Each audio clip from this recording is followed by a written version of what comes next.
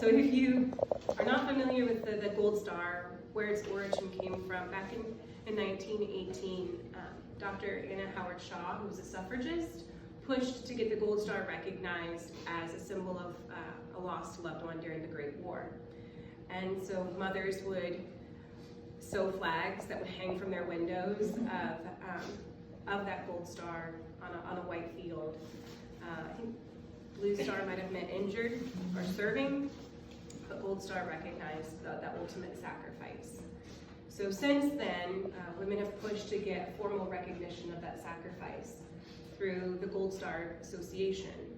So there's chapters forming all over the United States with the hopes of creating a place of voice and of power for women to be seen and heard as wars fought not just abroad but at home. And so tonight our goal is to create a roster of names to talk with and people to bring in to our circle. And that included you. Thank you. So can you tell us a little bit about you? I would. But first of all, I'd like to say thank you for inviting me to be a part of your chapter. And that flag in the window lets me know it wasn't just me that was dealing with the loss of a soldier, but there were other families too, because you didn't know. It wasn't like you can just tell somebody and somebody would know. You just had that was symbolized, and that was a good thing. So thank you for that. And I would love to take time out to introduce myself to you. My name is Louise Kimbrough. I'm gonna try my best to talk about my story without shedding a tear, but it's so hard. My son is Martin A. Kimbrough. And my son died of meningitis. So please take note, for me to have the opportunity to be a part of this chapter, it's really important because now I get to represent my son, talk about my son, and honor my son because of this chapter.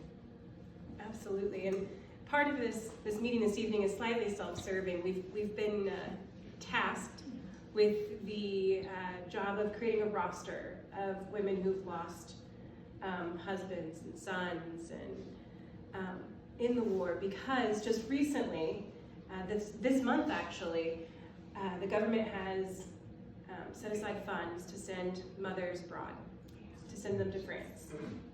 So the government is creating a pilgrimage for mothers to be able to go all the way to France, to pay their final respects, to see their resting space, and I guess to start building in some closure where it felt like the Great War took so much. The reason so many of our soldiers are left in France was that mothers opted to leave their sons there. They could have had them shipped home. There was the process of having them home, but mothers chose to remind the French people of the American sacrifice for freedom. And that's where they rest to this day. And so there's pilgrimages setting off, I think, within the next 2 years. But there's so much planning that goes into it.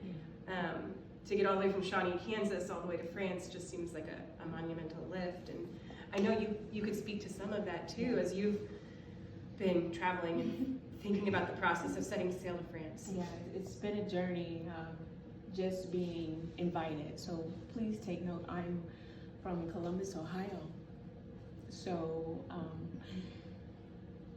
to be a colored woman, to have the opportunity to go, for one, that's a blessing.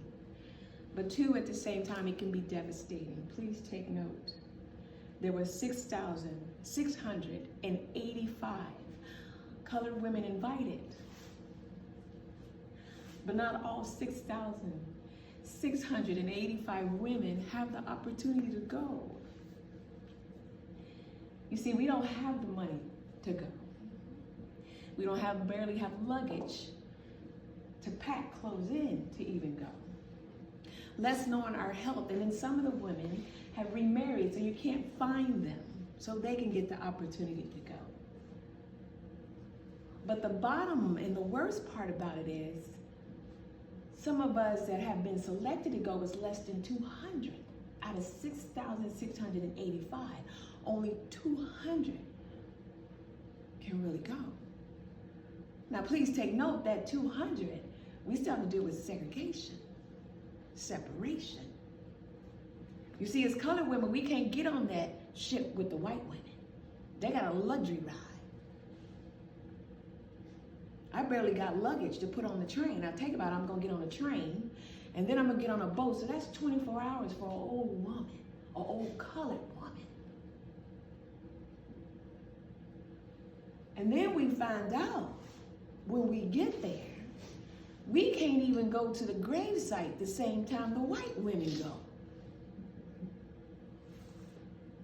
So you have to imagine what we're dealing with. Yes, we're honored to go, but it just hurts for the simple fact we're all going for the same cause, because we just want to honor our husbands and our sons. It's been 10 years since I've seen my baby. So don't separate me now. You've already separated me from my baby.